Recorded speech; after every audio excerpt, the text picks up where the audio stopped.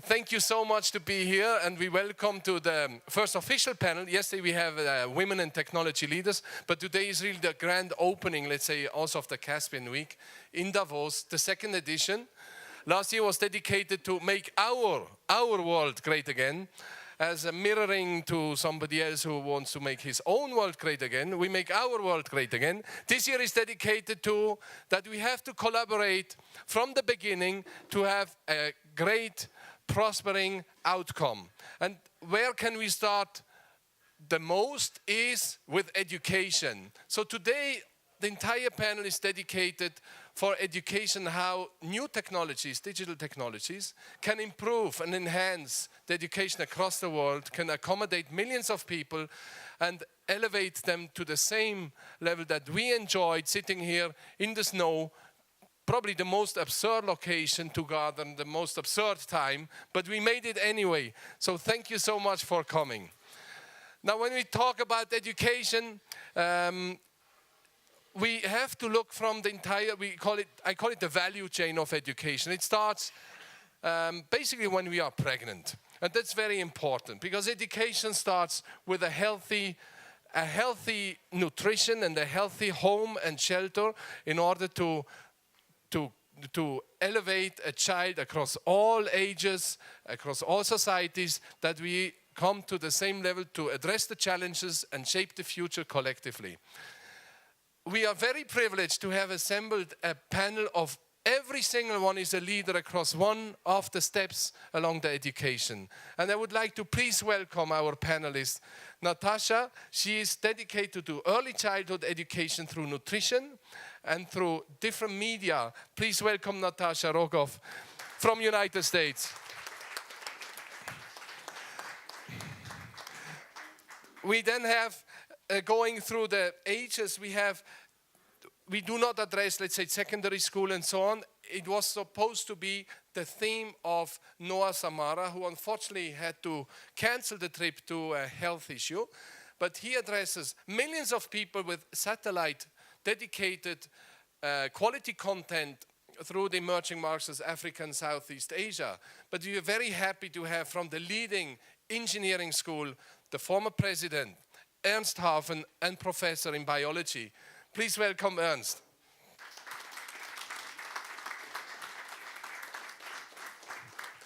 As we move along ages, then we come to the graduate school. And the graduate school is obviously enormously important that we can address the increasingly complex world issues that we are also addressing here in Davos during the World Economic Forum. We pick it up, and we have the director and the leader of the Graduate Institute, the leading institution, University for International Affairs, International Economics and Law. Please, Cedric.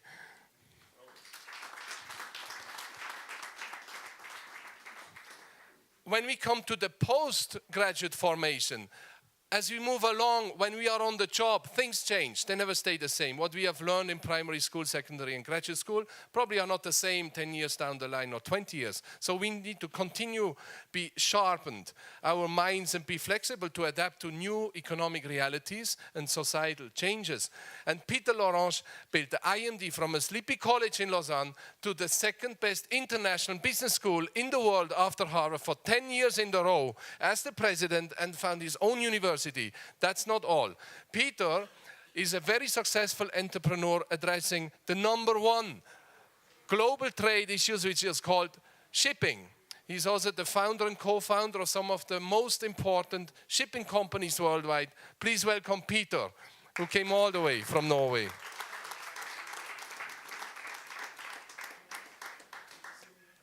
As we are talking about digital technology, today it is possible to have access to pretty much all information, quality and maybe not so quality. And we have the first dedicated diploma for digital technology focused on financial technologies, FinTech, which has been started and is directed by David from Oxford University and MIT and Cambridge.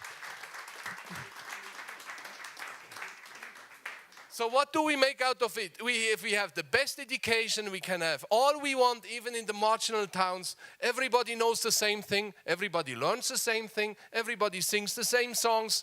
Well, what differentiates us from A to to be? What differentiates me from you? Pretty much nothing anymore. So we need to educate and form our minds to come up with our own ideas that makes us unique, that makes a product unique. So while we have all the information you want, you need to be able to brand yourself, to stand out, to not be the same like everybody else. And for that we have the first university dedicated in China, which is probably the most homogeneous society based on communist belief. So they realized they have to do something different. And here we have Florine. Where are you? Oh, here. Florine Barisville, the dean of the faculty from Shanghai. Please welcome. Florine makes us unique. He's the first faculty for branding in China, and there's been also dedicated to not only brand individuals and products and corporations, but also towns and entire societies in China. He looks a little bit tired because he commutes between Switzerland, the family sitting here, and China, which is quite difficult. But thank you so much for being here as well. So I would like to start at the very beginning. How important are the first 1,000 days of education? The first 1,000 days shape how we evolve throughout life. If we have the right education, the right factors that shape our brains, then we have a good future. If we don't, then our brains become stuck in a non-connectivity between the neurons, the nerves within the brain.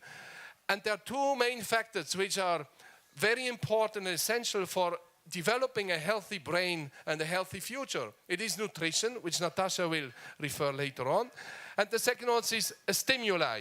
We need a stimulus which is organizing our brains and tickling our brain really. It is so important, first 1,000 days. And I show you how much important it is. Please show the slides. This is Professor Nelson from the Boston Children's Hospital. He's a dedicated neuroscientist for early development of the brain. And what he could show is that the brain develops completely differently if we do not have the right stimulus. And the second slide, please. These are two slides. These slides have been shown at the World Bank meeting from the president of the World Bank, who's a medical doctor by training, by the way. There are two children. The one on the left side has not received the correct stimulus. And you see the connection of the neurons. This is a visualization. This is not a PowerPoint. I mean, it's a PowerPoint. It's not a PowerPoint. This is a brain scan where you can visualize the connectivity of the neurons. On the left side, this is a stunted brain. On the right side is a healthy child. And you see how much more densely the fabric is of the brain in the first 1,000 days. And this is so important that if we do not receive the right stimulus, the stimulus will go.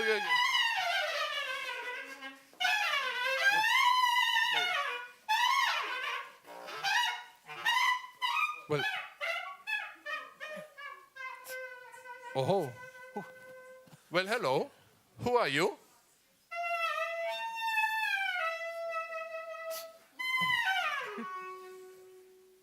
I see. Are you Mr. Stimulus? Are you for a healthy brain?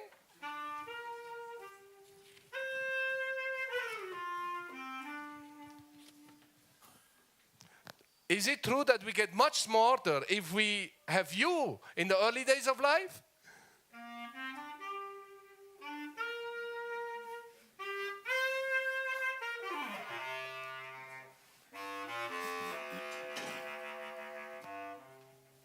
Now that is interesting. So you say, if you stimulate and tickle our brain, we all become Einsteins.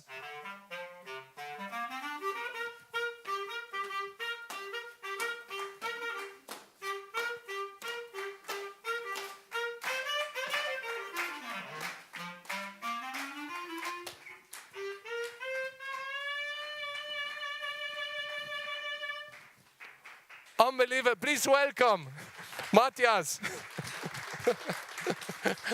He will give a concert later on during lunchtime. Professor in music.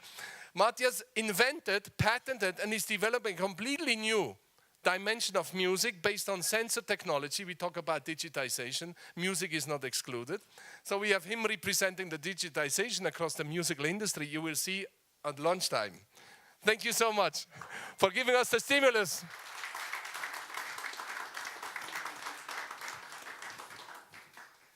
So let's start with the panel. I would like, please, starting with Natasha, present yourself and briefly, what is your focus on the education value chain and how maybe the digital technology has an impact to improve what you are doing and for a healthy child and a healthy education.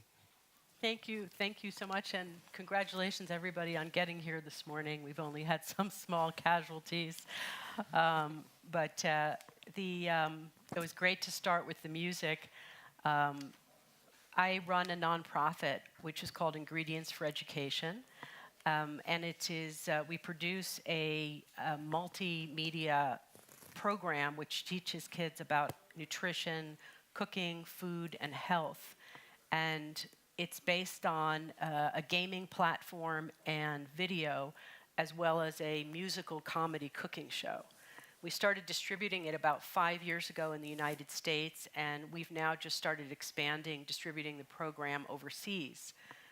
And we'll talk more today about what are some of the frictions of using digital media to address nutrition education, particularly when you have 340 million children that are obese, overweight or obese, and 1.9 billion adults. So recently I went to UAE, where they have a 60% diabetes rate. And some of these figures are startling, and the consequence is the cost, incredible cost in lives and as well as resources that are needed to address these chronic illnesses. So we'll all talk about the ways that we can use digital to address some of these issues today. Thank you so much.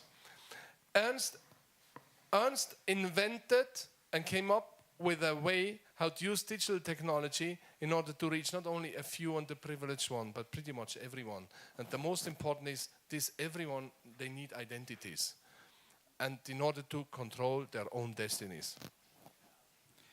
Yes, thank you very much, Caspar, for the invitation. It's great to be here or back here again.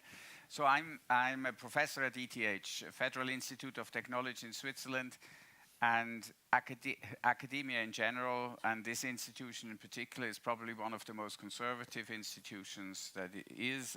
Academic education hasn't changed for the last 150 years. We still teach in front of a lecture hall with 600 students, and we make exams that are multiple choice because we have 600 students. And what do? Because we don't want to have any legal fights with our students.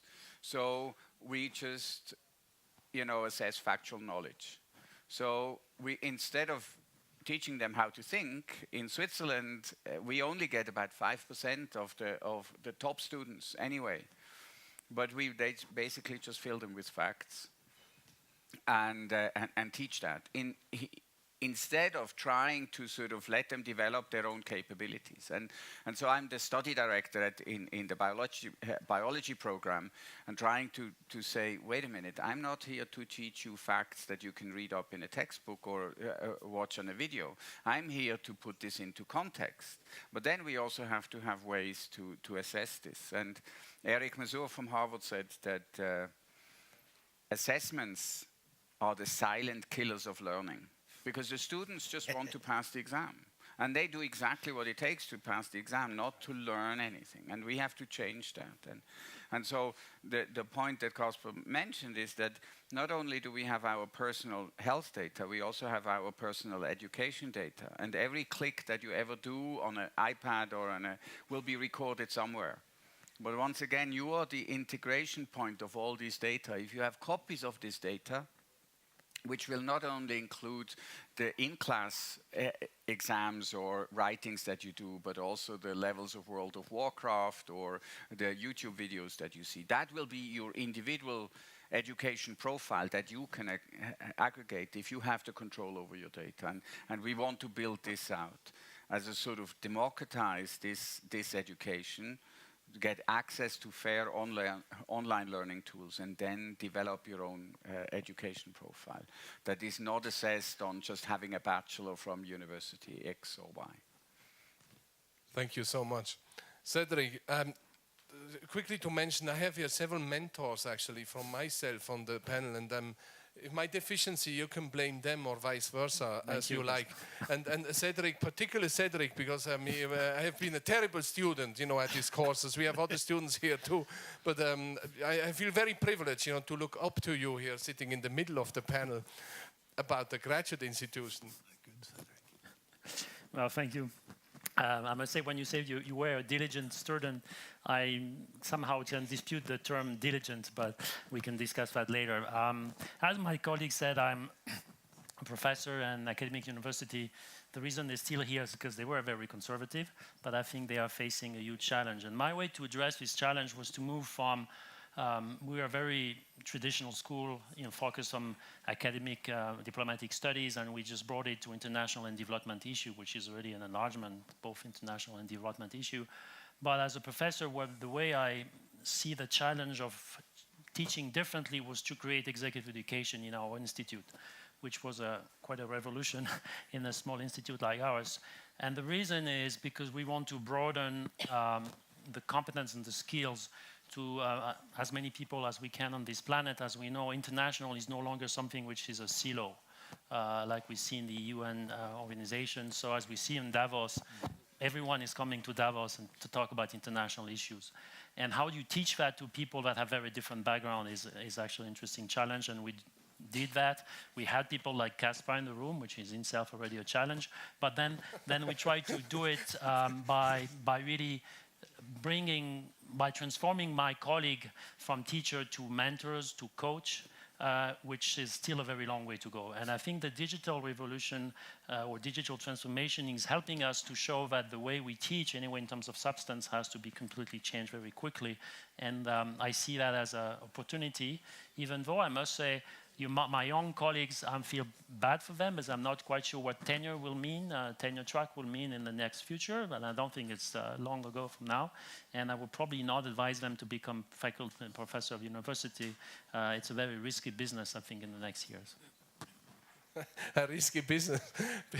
Peter, you have been in the risky business for all your life. Yes, that's right. I'm still here. But let me just say that when I was president of IMD, I kind of experienced very much the same as you, Ernst, when you remember we met a few years ago and you were head of president of ETH. And the fact is that most professors are very conservative. So it's very difficult to make changes. So when I retired from IMD, I built the L'Orange Institute and I had no professors full-time. Zero. And I said, thanks God, I'm finished dealing with these prima donnas. Now can we do some serious work? But even that turned out to be not enough. So I sold the L'Orange Institute to the Chinese, and I have now developed the L'Orange Network, where I have postings on the web so that busy executives can read these postings on their own. Then they come together over a weekend to discuss face-to-face, see each other in the face, and discuss cutting-edge dilemmas that have no answers. And I believe that this has kind of brought us a long way towards making, should we say, executive education more meaningful. And I'm not saying that to be critical of my old school IMD nor the L'Orange Institute, but I do think it's a logical extension. In other words, people are less and less available. They are more and more busy. They must keep their own careers. They must be allowed to study and learn when it fits them. And then some cutting-edge, interesting workshops on key dilemmas. So the marriage of the new with the very much the marriage physical and digital. Yeah, very much blended learning in the sense that the new, the web-based, comes together with face-to-face, seeing each other in the face, and learning from that with different backgrounds. That's very interesting. So you go from a full tenure professorship to basically a cocktail, a bar mixer that you... Yeah, I used to have tenure at University of Pennsylvania, and everybody said that I'm not only an idiot, but it's solid wood up here when I resigned and gave up tenure. Would the Quakers agree in Pennsylvania? I don't know. I didn't consult them, but anyhow, it was the best thing I ever done to leave. Oh, that's tenure. perfect. Thank you so much, David. Now here comes something really, really interesting. David will first not talk about education, but about your personal education, what your background is, because you bring an aspect to education which probably nobody of us has. And it is an aspect that we tend to forget to shape our own identity in a way to express and shape our own opinions. And David was the one who invented something which is completely on the opposite side in the digital world. So this is really amazing. Please, David. So you might be referring to my undergraduate education. Of course. Okay, so I studied brain science and theater in school. And so theater taught me about storytelling, which is the heart of a lot of the things that we do in life. And the brain science I got really fascinated with, and that led me to, I'm going to skip 25 years and lead forward to the work that I'm doing with Said Business School. Because we're really interested in the intersection of three really important ideas. One is, for over 850 years, the University of Oxford has had as the cornerstone of the education the tutorial. You go, one or two people go and talk to the professor. The professor asks them probing questions, and they go off and they do some work. They come back and they talk to the professor some more, and it's very individual. How do you scale that in digital? How do you scale that to 1,000 people instead of 2 people? The second idea is, so Said Business School, housed near London, significant number of our graduates go on to work in the city, work in financial services. Between 1/3 and 2/3 of employment today in financial services will be gone in 10 years. We're going to have millions of bankers out on the street with tin cups begging for Bitcoin to pay their rent. So how do we induce new skills to deal with this changing technology disruption? And the third big idea is back to my undergraduate education in brain science is how do we take 50 years of innovation in cognitive science and neuroscience and inject it into learning?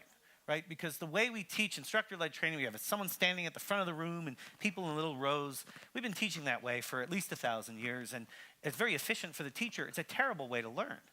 We've discovered that peer learning, project-based learning, little short bits of information, not 2 hours of lecture, much better ways to learn. So how do we inject that into our environment? So we put all that together in these online programs, Oxford FinTech and Oxford Blockchain Strategy, which have gone into over 100 countries to try and help people build the new skills for tomorrow using brain science to re-engineer the experience. So my colleagues here, Andrew White leads executive education at Oxford Said and has been a champion along with the Dean Peter Tufano of reinventing how we acquire knowledge and skills for the future. And then we add AI to the mix. My colleague Beth Porter runs the company that we built to try and bring this AI technology to improve your peer learning. And so we're playing with all of that in this digital environment. So I may say that is the first run that you do, right? The FinTech. That's the first. So we launched FinTech in the summer. October. We launched FinTech, and then blockchain launches February 28th. 28th. Yeah. So how many in the room are collaborating or are students of David's today? We have a few. Yeah, we got a couple. 1, Yeah. 2, 3. 3, 4. 4. Me, I'm 1 too. I'm probably the worst one in here. So we are all the guinea pigs of your program. Yeah. So if I fail, I probably did fail, actually, because I had to organize here that you come, actually, but I feel It had privileged. everything to do with your prior training and professors. Oh, yeah. They do, okay. So if I did fail, I'm not going to leave you. Okay, we can. We're gonna with the later. Well, thank you so much, David. Now, okay, so everybody is shaping the same. Everybody gets the same information. Everybody is accessible to free education. Everybody gets top online course from Yale University, Harvard University, Oxford University. Well, If everybody got the same soup is not tasty to everyone. Here comes Florin and disrupts. We are not all the same. We have to create an identity. You are you and me is me. And this product is called, I don't know, Gaia chocolate, and this one is called Hershey Kisses from the Quakers. We do not want to be the same. Hershey Kisses doesn't like to kiss, the Toblerone. So Florin, how can we make that we are not all the same? It's actually one of my slogans I teach my students is same, but different. Same, but different. So this is actually quite challenging to build up the first brand education in China, because as you know, the system in China is different from Europe, different from the States, and kids are trained and drilled. So how do you implant in their brain creativity and innovation? That's only possible if you're really simple, simplicity. And so actually, I teach the kids, to have no respect. In China, that's very difficult. To move around, not to sit. And also just to be happy, because do whatever you want.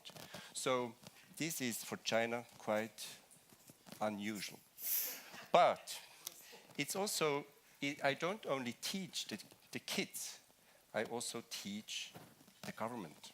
Because the government doesn't know what is branding. And I'm sure if I ask today here what is branding, it's very difficult to say. So branding is actually like you and me.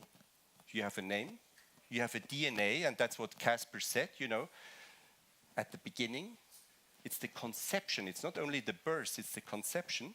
So the DNA is 40% given what you have. And 60% we can change. 60% we can change through our friends, family, education, accidents, special moments, happenings. So this is very interesting for the kids to understand that the brand is like a person. So a person has to be true. If not, you won't believe it. You need to have a certain quality. We all have certain specifications. And the third is consistency. If you're not consistent, people get irritated. So these are the 3 pillars of branding. But this is not all. That's why I put this glass of water. The brand is actually like this glass of water. So the true value is the glass and the water. But we are willing to pay more for this glass of water because we believe it's true, it's a quality, it's consistent. So we are willing to pay more. So why do we pay more? What is the reason? It's air. Air. So air is actually what we need to breathe. No life without air, because we can stay 1 week without eating, several days without drinking, but only 1 minute without breathe. So breathe is the truth, and that's what the brand value makes, emotions. And we talked about storytelling.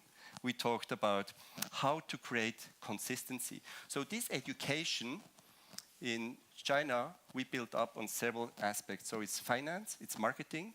Finance, statistics, analytics is very, very important. So my first studies were in computer science. So I was in the first class. I'm already so old that in Switzerland it was the first class in computer science. So this is very, very important. That's why big data are important to be interpreted, to make an interpretation not exactly what it is. So it's like more about to adjust. And then it's also the marketing, it's also the storytelling for the education, and the branding and design. So therefore, this glass of water reflects what a brand is on a very simple way. Thank you so much, Florin. And now I have my glass. So that is pretty unique. Just serving yourself without asking. That's what you do. Exactly. How would the Chinese do that? Well, they learn a lot, because it's all about observation. And if you observe through your eyes, you learn a lot. That's Dani, du bist a Fotograf, you're a photographer. So this is the key is the eye. And in every of our field, if it's in food, in data, in teaching, it's observing. So I say teaching is listening. That means you have to understand what the students say, and then you can help them to dive deep, like a student to study. But it's interesting. I mean, they observe and do, but it could also lead to us monkey see, monkey do. So it can be good and the bad.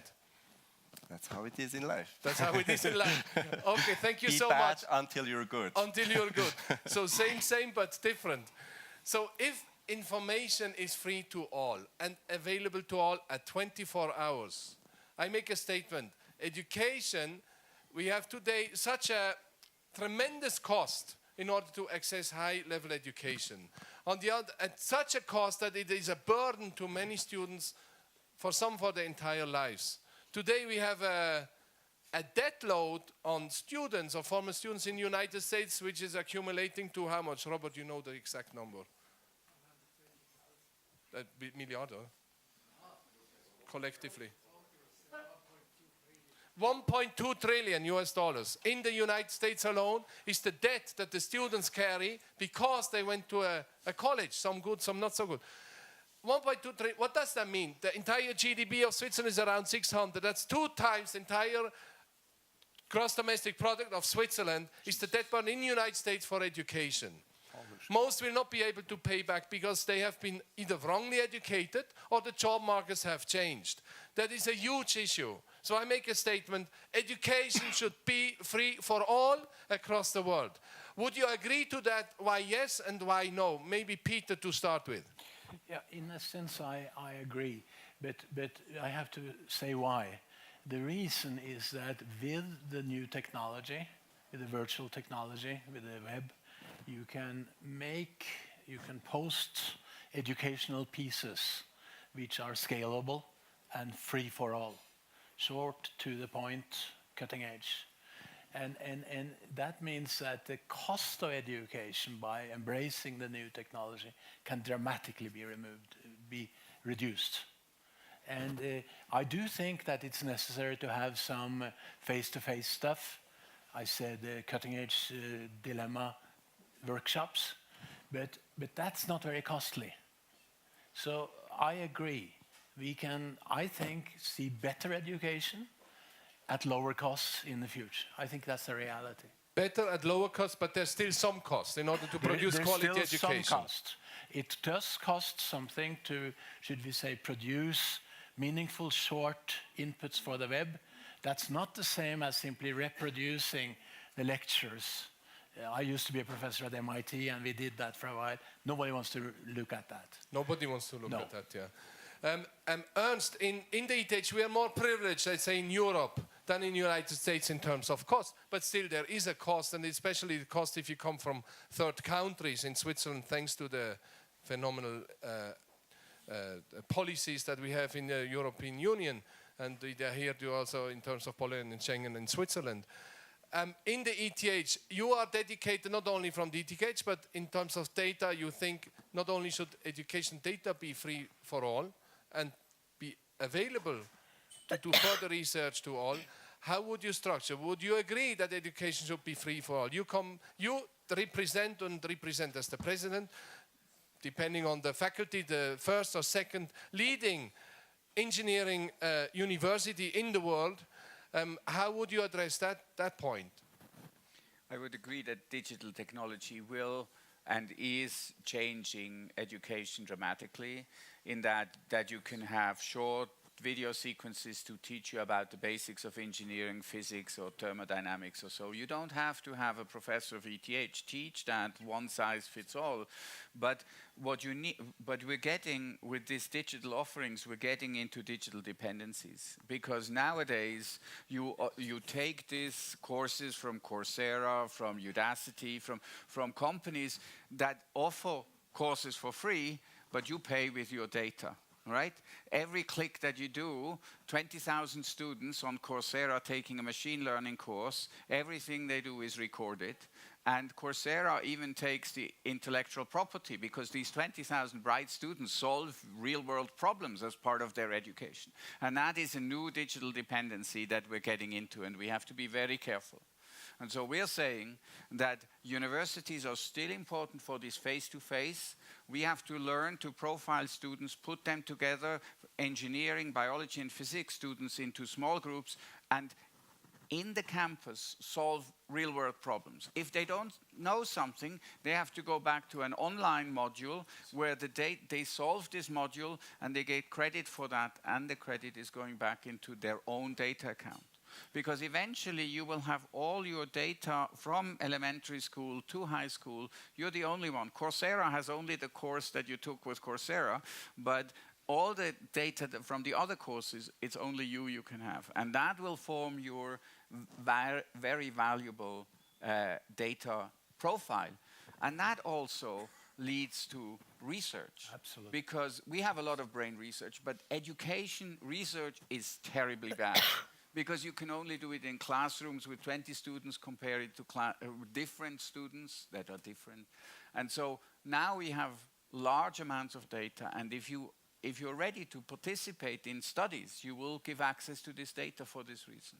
So each of us has its own education profile, education and health data, and that is a valuable resource. So combining the two will make education better, personalized like healthcare. Better personalized like healthcare. Peter, you just raised your I hand. just wanted to say that it's interesting to see that research on pedagogical issues, as you're touching on, Ernst, is now coming back. I mean, for many years that was absolutely dead. Now everybody wants to work on that. Research on how to make all of this more a reality. Maybe you may Well, pick and a... this is part Yes, of what we please. find so exciting about the online format, because we can measure everything, and then we can conduct experiments on collaboration. Absolutely. And groups. It's Yes. But to address your point about free, I would argue that it's a noble goal eventually, but today you get what you pay for. That 20,000 person MOOC on Coursera has a 5% completion rate. Of the 20,000 people who start, only 5% of them actually finish. And I'll argue, because a lot of online education is really kind of terrible. And so, because we're still experimenting, we're still doing the research. So we can say with confidence, our program has a 95% completion rate, but it's expensive. Part of why it has a 95% completion rate is because we give you coaching, we give you mentorship, we give you added tools to be more successful. So I would argue that today, at least, your education should have a return on investment. So my goal is, with the programs that we put together, you should get at least 10 times the value of what you paid for it. And then you feel good about paying for it. Yes. We feel very, so it's really, and you should invest in your program and become very rich. It's investing in yourself. It's in myself. You're getting a 10 times return on your course fee. Absolutely, and I agree with this. I would like to mention, and thank you very much also for the program. I think Christian and who else did the program today? The promptness of the answer, if we had questions, we had a lot of questions along the, because it was new also for you, I think for all of us, was instantaneous, almost 24 hours. We got the feedback pretty fast through email, even through phone. It was channeled through South Africa, I think, or throughout the world, I don't know where they were sitting, but extremely nice, extremely competent, and extremely prompt. Yeah, and it costs money to deliver that. Of course it costs. If the Swiss government would like to pay for it, we would be delighted to do it for free, but barring that, we do have to charge. I would like to come quickly back to Peter, because 1 second, the snow is being removed. Could you close the door, please? Okay, so Peter, you did something extremely interesting at the Lawrence Institute. Before he sold it to the Chinese. Now they carry it on, or maybe not. But you went back in history.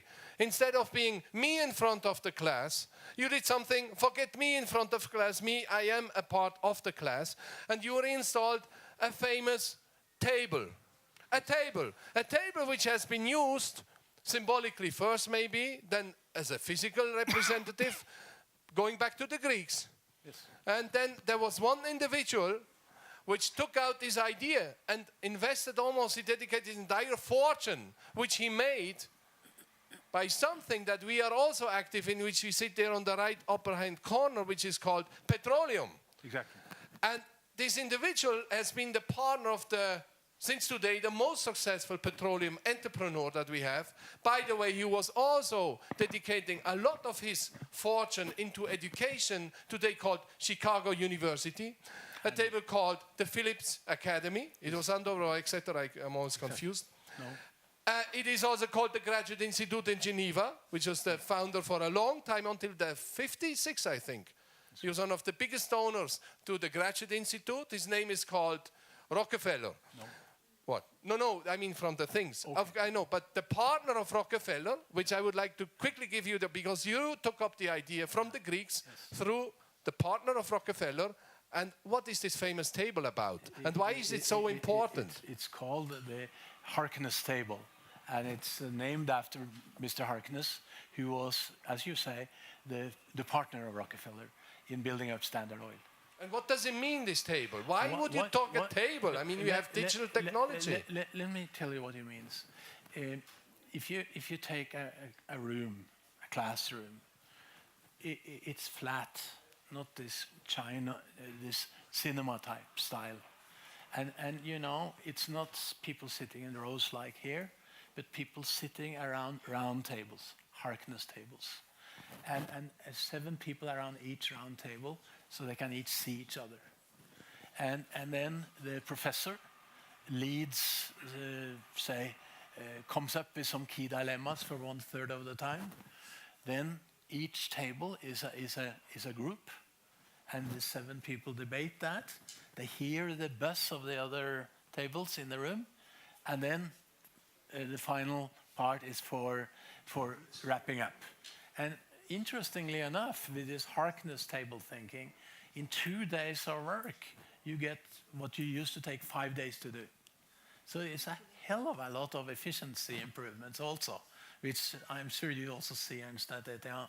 So this is exciting stuff. And here's what's going on right now to really come up with these cutting-edge breakthroughs in education.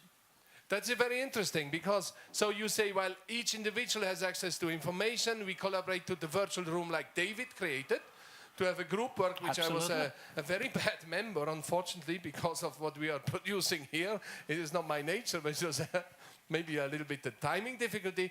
But I think so the individual accessibility to data to form the basic education form, but then to collaborate around the table to collectively come up with a solution. Right. One is good in this, one is good in that. Nobody can stands out as a prima donna. No. Sometimes somebody is a leader, somebody stands back. I think these are the keys for solving tomorrow's problem, because we have different ideas, we have different also restraints and cultures. Please. So as you are implying, Caspar, the news, good or bad, is that the professor and the students need to also listen, and which is a big problem for many professors, as you all know. Sorry, I used to not listen at all, but to trample on it. But this is a big thing. So to listen is key. Absolutely. To listen. It's a take and give process. A take and give and take process. Florin. Fully agree. But the other thing, what I believe is key, is actually the content. If you look at the orange is a perfect content in a perfect shape, in a perfect design. So the liquidity of this fruit gets kept in this round, perfect form. So what is education? We have to think about education for what? And you ask, is education for free? I strongly believe no, because there is no quality. You want a quality, and for a quality you're willing to pay, but maybe you want to try first for free to see if it's true or not true. And I had an interesting panel 2 years ago in Salzburg. We were talking about education. Kofi Annan was on the table, and he said, you know, if you don't educate us, then we will come to you. But, easy said, but you have to understand how the brain is wired. Our brain is wired, and this is the key in education, to be focused on the target. So who do you want to educate and how do you educate? And there are many, many forms, like roundtables, like listening, and then that's then the technology, how to translate the education into success. Therefore, a big brand makes strong messages and guarantees for a certain quality. And quality is not quantity. So quality is actually a very defined focus offering. Quality. Natasha. Yes, I think in terms of addressing the cost of education and looking at using technologies in public school settings, for example, the research that's been done now that shows, similar to what David's talking about, that the quality of learning is much higher when you're using digital. And as you see with your own children, you know, how do they learn themselves? At the college level, they're using Khan Academy, Coursera. They're using videos that their own professors are putting online, so that a lot of the students are not even going to classes. They'll just watch the videos, and they're getting A's in the classes. This generation learns differently. They are, you know, if they want to know something, they go online. And so the way that they learn requires different content entirely. The Harkness table is, you know, a wonderful way to learn, but it's also that if you measure it against using digital animation, the results are showing that the retention and the use of the information is much higher. If you can then take that research and then in profit-making ventures like in China, the parents are going to look for those schools and that education where they're going to have higher results. But it's an organic process that's happening now, and there's also enormous friction to adopting digital technology in public school systems, where you can offer you know, programs that incorporate digital. And a lot of the issues have to do with, you know, teachers' unions and, you know, I'm on the you know, the ground floor of dealing with, you know, low-income minority schools in America trying to bring in digital technology, and we're often the first people in the school trying to teach teachers how to use technology. The only reason why they let us in is because we're a non-core subject, so we don't exactly threaten them. Yes. And then we can test it, and you see the power of digital with the students.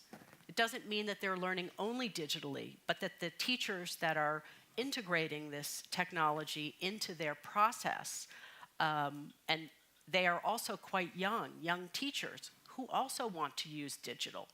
Then they're battling against older teachers, similar to the college situation, where they're not easily going to adopt technology. So my feeling about the cost of education and whether it should be free, it feels like, well, of course, it should be free, but at the same time, you know, you have to understand that if it's successful in terms of the research, then it is scalable and vastly cost-effective for entire districts and countries to adopt a solution that's digital with a much lower resource investment for their live human teachers.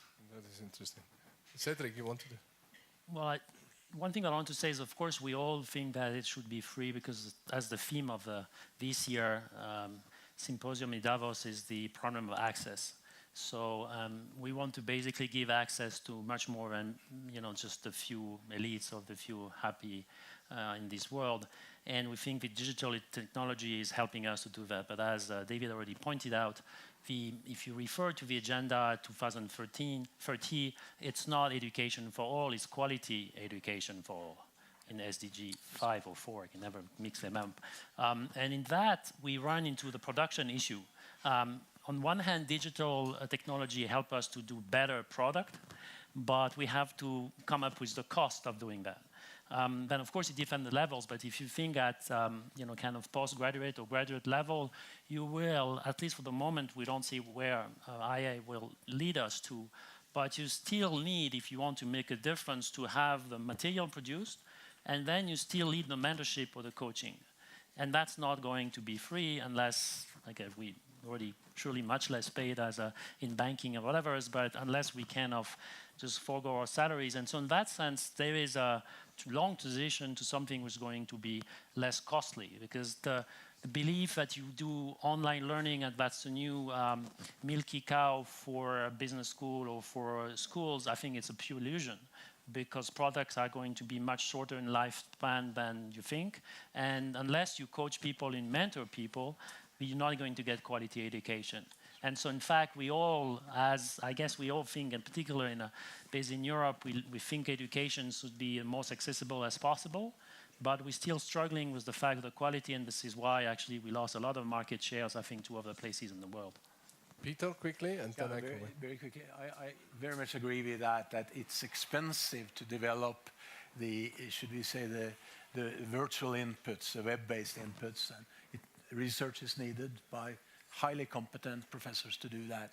But this cost savings come in the scalability side. So thousands of people can then benefit from it. And that's what we have to look for, I think. And it's back to what you also said, Natasha. Well, thank you, Peter. I would like to conclude this particular question round and make an excursion back into history. We are very, very privileged to be here in Europe or in Switzerland, or let's say in any, in a wider sense, OECD countries. We get carried away by actualities of crises, financial crisis, and so on. But when we look over a 100-year lifespan, we collectively live in a much, much safer world, in a much healthier world, and in a much more enlightened world, I would say. We can profit from scientific achievements that have not been thought about even 20 years ago. In life science, in communication sciences, yes. We communicate across the world, even with the marginal individuals with a $1 income a day. We have technology now that enables to onboard those individuals to the global community. And most of this goes back to a proper education. And I would like to take a step back what that means. We take it for granted today that we are sitting here in a safe environment, that we can talk freely about pretty much any subject we like. Maybe not particularly here at that space, but there is a space to air our opinions, and which is a privilege which was not here all the time. We have been formed and shaped in a dogmatic way by whatever belief, and they come and go in cycles, these beliefs, but some are more restrictive, some are more open. But our world that we are representing here a little bit, and that we try to project also the good sides to the emerging countries, are based on 4 stations, which I dedicated 1 page in the little brochure. I just would like to quickly run through them, and that will lead me then to the last question and a statement to you. So it was really in the 16th century that a professor, an Enlightenment thinker really from Holland, and we have also represented from Holland here, Catherine, who is representing the most enlightenment here, who was teaching living, and he died in Basel. Basel was one of the oldest universities, and he came up with the concept that we should define our own destiny, that we are the ones who define our trajectory in life, and not somebody else, that we not should run after somebody else's opinion and dogmas. So the freedom of the will by Erasmus von Rotterdam was extremely important to create from us as an object on behalf of something else and a means to an end, that we become the end and we become a subject, which then led to the next evolution by some of his students. The first was Zwingli, led to the Reformation in Zurich, but the more important, because Zwingli died fighting the Catholics, was Jean Calvin from Geneva, Calvin, the Calvinist belief, which then opened up and stressed the general education to all. And Cedric from Geneva, I mean, there is no coincidence that all international organizations are in Geneva, and much beyond that.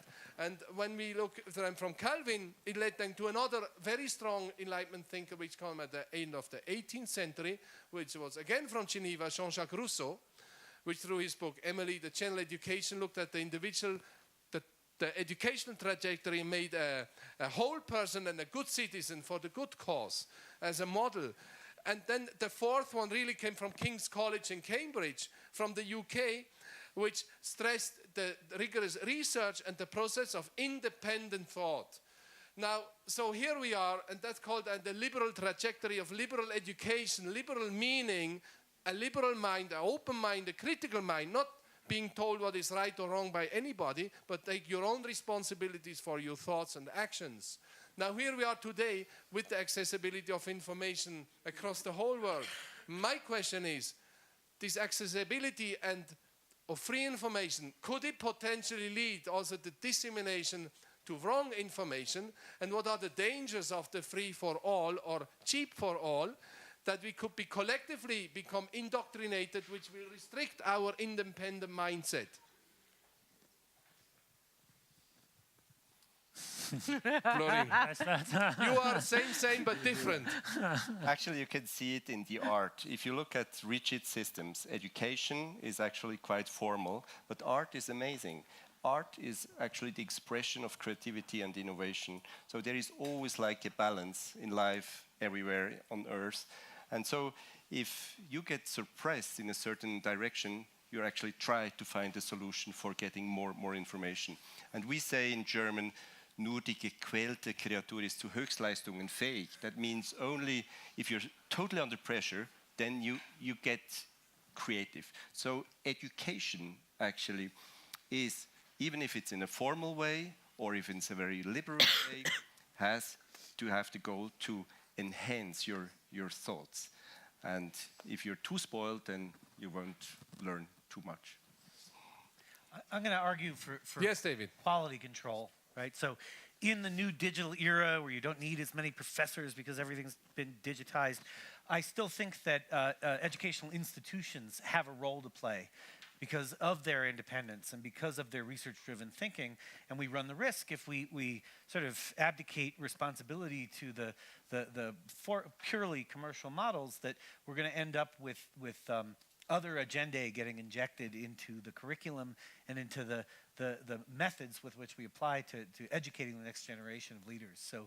So I will argue with self-interest in hand that there is a role for the establishment if it reinvents itself for the new era. So you have a future. Well, I would say Oxford has a future. The rest we don't care. Yeah, okay. About me, but certainly Oxford. But the access question is important. You know, we're putting 500 million smartphones into Africa. That's fantastic. Now they can go and see these online programs, but have you seen how much minutes cost? Yes, you can have a smartphone, but you actually can't pay for the airtime to be able to view the content. So we still haven't solved some fundamental access problems, even in the middle of this digital revolution.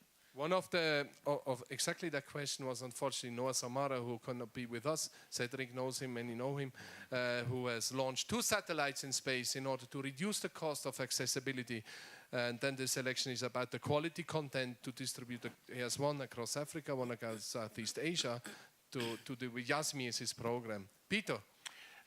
I think you're raising a very important issue. You know, is this for real? Can we rely on what's going on here? And I don't know, but I think that I'd just like to mention 2 words. One is research is absolutely key going into the preparation. And second, I think eclecticism, not dogmatic one way, but many ways. Let me just say one thing about the latter. You mentioned Erasmus Rotterdamus. He was from the Netherlands, as we know, but he actually walked around. He spent then a semester in Basel, and he walked over to Italy, and up to Copenhagen and so on. So in the 16th century, we actually saw exactly what we are saying today, the virtual learning. So the bad news is that von Humboldt and company screwed things up for us, with the tenure and all of that in 1809. Yeah. People maybe Humboldt is, who was Humboldt? He was the head of Berlin University, and he screwed things up irreparably. And why did he screw it up? What did he do? He basically said that research and teaching have to be done in axiomatic silos. Deutsche Maniere. Ordnung muss sein. Ja, so. Ja. Ja. Cedric. Well, it's 2 things I would like to say. 2 concerns I have. One is this issue of decentralization. I think, and I just rejoin maybe David on that, I think what I'm already now in a world where everyone can post everything on the net, and it's very difficult to control quality. We created institutional states, international organizations. We centralize things because of expertise. Why do we have bureaucracies? Why was Max Weber? Bureaucracy have this monopoly not only of power, but also of knowledge. And that was for quality control. I'm not arguing we should keep it, but in the current world, this is gone. And so you believe, you know, X, Y, and Z the same way you would believe Oxford University or a report from the World Bank. And that's a big concern if we go from strategic or rigid order to complete chaos. I don't think it's good. Yes. The second point, which I think, speaking to silos, and I think that there's well-established research that the concern with the net now is actually that we are creating individual silos. Because let's say you are concerned about the plot story. You type plot story on your Google search. Suddenly, you'll get thousands of so-called research on any plot you can think of, not only the Kennedy, basically Burner, all the thing. And though we all individually in our own silos, and we don't travel any longer. We stay within these silos that are created completely for us, the type of shoes, the type of shirt, the type of beer, the type of whiskey, whatever. And we no longer listen, we didn't even travel. And that's, I think, for me, it's a very bad precedent, and we should really counter that as fast as possible. Yeah, I can add to that two aspects. First of all, I think we talk about education still in a very linear sort of way, and it is one of the worst things to start school based on your birth year, and everyone starts with the same content.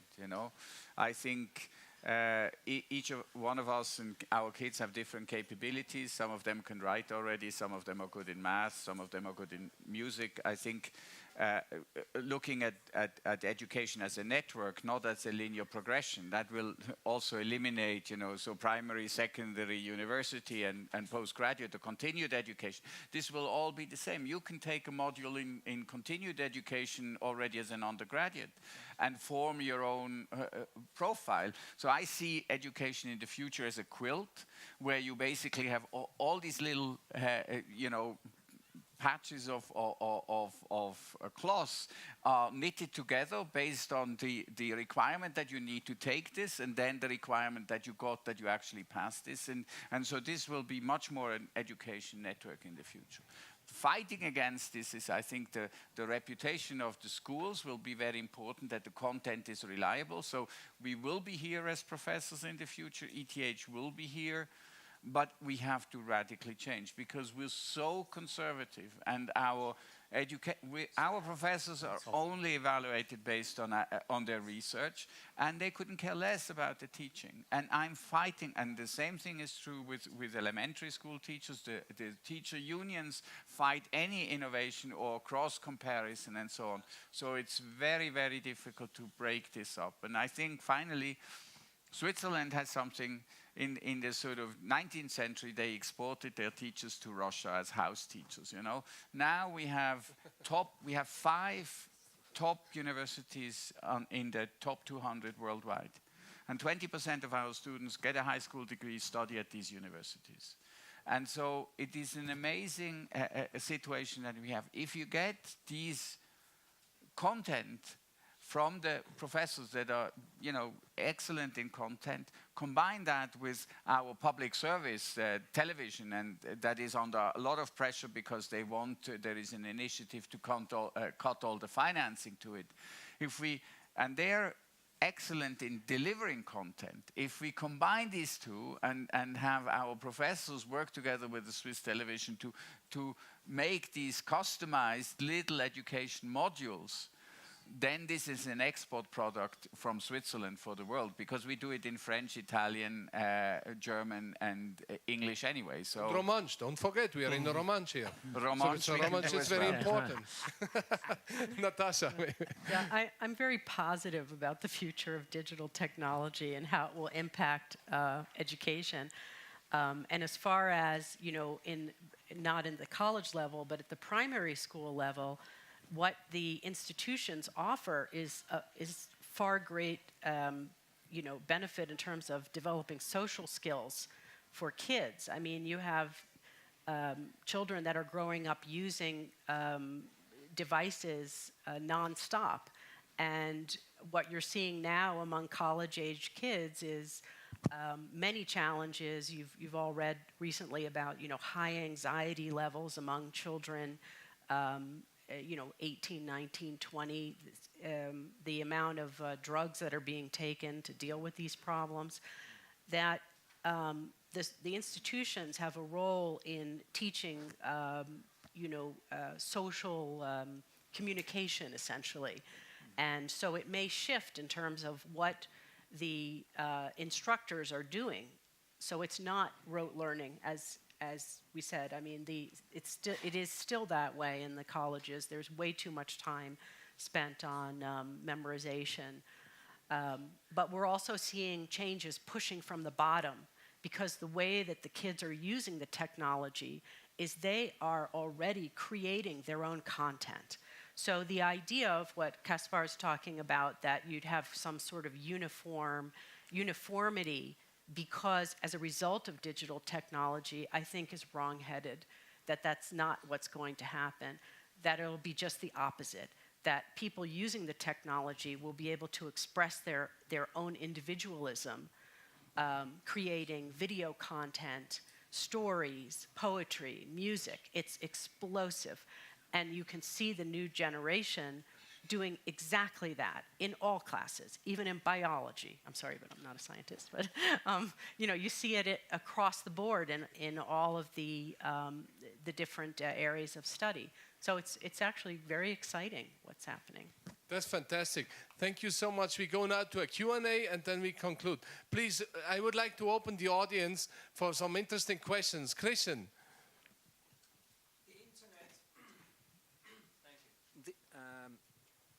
Maybe the name, and you just flew in from Latin America, very important. My name is Christian Wolfensberger, and I am a humble student of two of the panelists. They know who I am, I hope. Cedric feels very shy on the panel. What is going on? The internet and video are not new technologies. These are the technologies you use to broadcast your content. Why now? Is it because of big data that allows an approach that allows you to dissect the feedback? Or is there any other reason why you all appear to agree that the internet and video are good technologies? Well, I think for one, it is that innovation in education came not from the universities or from the classical colleges. It actually came from Salman Khan, who's a Wall Street broker, had never any background in education. He just had to teach his cousins, and he found it easier to do it on a YouTube video. And that led to sort of Khan Academy and Coursera and Udacity from commercial entities. So that's when we had to say, oh, maybe we should think about this. So it came from the outside. And then clearly the fact that you can now do education research with 20,000 students taking the same module and see, does this module work better with this approach or with this approach? You really get real world data on this. And that was not possible before. And for that you need the IT and the AI to do it. Just a follow-up on that. As you know, from us at the Institute, we actually only started online learning this year with 2 classes, one on globalization, one on global governance. And we did it because we found a better platform than Coursera. Because for us, the interest is not to put videos on things, is to push for different learning way. And FutureLearn platform, which is a startup of Open University, nothing to do with the Institute, pushes social, what they call social learning. It's really to try to think of designing courses that are actually online, but then they stimulate discussion and exchange between participants themselves. Not to put the teacher at the center, because if you have a classical video typing or whatever video filming of a professor, the professor is still at the center, which all professors like to be. But in fact, I think it's, as we all agree on this panel, this is time of the past. And so we have to think differently. And the next step, the most interesting, I think, for education is this idea, I think that Ernst was appealing to, actually referring to, is this idea that you would be able to develop, to actually just develop modularity, flexibility, and you develop your own education journey. And that is where you collect all this big data and you just develop your own menu. So each one will have his own restaurant, so to speak. And that is going to be much more powerful. And that's where I think the most is to be gained for education at whatever level, I believe, at least. Just before you go, just there's a third. Please, next one, yeah? Do you have here? Where's the microphone? Oh. Peter wanted to I just wanted to say something. Sorry, yeah, please. I think that another key reason for why this is picking up now is that people are so goddamn busy. People have their job careers and they cannot afford to go back to school and stay away and have a good time in school. They have to learn while they have a full-time job. And that's, in a sense, new. It's tougher to get jobs today, and if you have a good job today, you don't want to quit to go back to school. And this is... Okay, yeah, please, the following questions, sir. Yeah. How Where do is you, the mic? yeah. The diversity that you're referring to here, in the sense that the students get to be modular and not follow a strict plan. You go study this, and then you can take it off. How do we get this into schools? Because the first comment I heard, and my heart, I was smiling, but my heart was bleeding. I have a 11-year daughter in the Swiss public school system, and I wish the school teachers and leadership would have heard what you said, because this diversity is impossible with full-time hired teachers that doesn't live on the outside. And we were talking about outside and inside, and the infrastructure is the outside problem, but the inside problem is the leadership and the unions. Well, I fully agree. It's at the level of the elementary school teachers. It's at the level of the professors also, because we've grown up to be professors, and we think, we teach like we were taught by our best professors 15 years ago. And because we don't know anything else, we teach as if every one of our biology students should become a professor. Of course, we don't teach them the skills that they actually need because we don't know them, because we've never lived outside. We live in this sort of academic bubble. That's right. Yeah. Interesting. Yes, please. Oh, sorry. Change in teaching things, knowledge and data, to methods and tools. Because what is knowledge and data today, when they get out of school, it's outdated and probably a lie in the meantime. Well, and to pick up Natasha's kind of social learning point, when we've studied thousands of groups and figured out, what leads to the greatest success, it's not the smartest group with the most knowledge. It's not the highest IQ group. It's the group with the highest social intelligence. And so if we can build tools to inject into the educational experience higher social intelligence, we're going to have people who are more successful no matter what the new technology is that comes along the next week. But that requires changing the culture of unions, which is a Herculean task. And there's a lot of studies done on teacher training now, which is also radically transforming in terms of what motivates teachers to be good teachers. And in terms of some of the studies that have been done, there are unusual results. Like, what if you did these social media challenges with a bunch of teachers who've grown up using social media? Then they are challenged to compete with each other, which leads to their better performance with their students. Now, that's not really the way that you're teaching in many of the educational institutions, in colleges.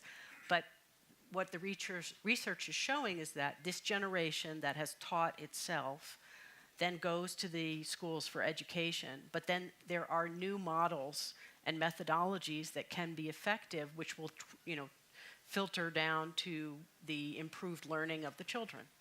Thank you so much, Natasha. We take one more question. There are a lot of questions, and then I make a concluding summary. I try to do that. We have a lot of time, we have a lot of food, we have a lot of drinks downstairs to have a very lively interaction, which is probably one of the more core purposes here. Now it's very difficult. I have 10 hands up. Now I close my hands, and the first one I see will be the last questions. You.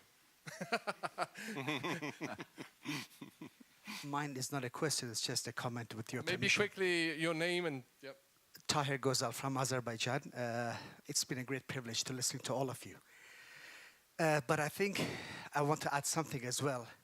If you look at the world that we live in today, if you look at what is happening today, the fragmentation, the devastation we're causing, what we've all heard is wonderful about educating the individual, getting smarter, having more fun, being more creative. But I think time has come for humanity to look deep into itself and say what it is to be human. And is knowledge the only tool I have in my relationship? If I act out of my knowledge, it's out of my own conditioning, it's out of my own memory. Sure, Donald Trump has a knowledge of the world, what he's been told, what his friends have been told him, what his narrow circle has told him. So he acts out of that knowledge. All of us act out of our knowledges. So I think the question of what it is to be human is a very fundamental question, and it needs a religious attitude. But not a religion where there's a God above and you're a slave down below and you worship and you hope that somehow he favors you versus the others because you belong to a particular sect or what. But it's about finding the art of meditation, of deep reflection. So our answers to life is not based on our knowledge, is not based on our memory, but on the reality of the present. And I think this is the world that we're coming into, where we have to understand we're all interconnected with ourselves, with ecology, with the universe, because we are part of the whole. And I think at every incident in universities, this should be part of the curriculum. We have to go back to Greek philosophy. We have to go back to the fundamentals. We have to go back to the great Eastern religions, the meditative religions, the new movement in process theology in Christianism. And we have to ask, who are we? Really, we need to. Thank you. Thank you so much for the closing comment. So we need to be more humans and accommodate humanity as such in the educational fabric, correct? Thank you so much. Well, I would like to structure a summary what we heard today from Natasha's point. Digital technology is providing an exciting future to express ourselves, and Ernst to provide an educational quilt of diversity, which Cedric allows to travel virtually across different content and segments to provide what Peter, a blended education experience should be. To David's combine the tutorial aspects with adaptive content in order to address the challenging jobs out there and accommodate the neuroscience aspects in order to make for flooring people more different and less same the same. Thank you so much for this panel and this unbelievable content.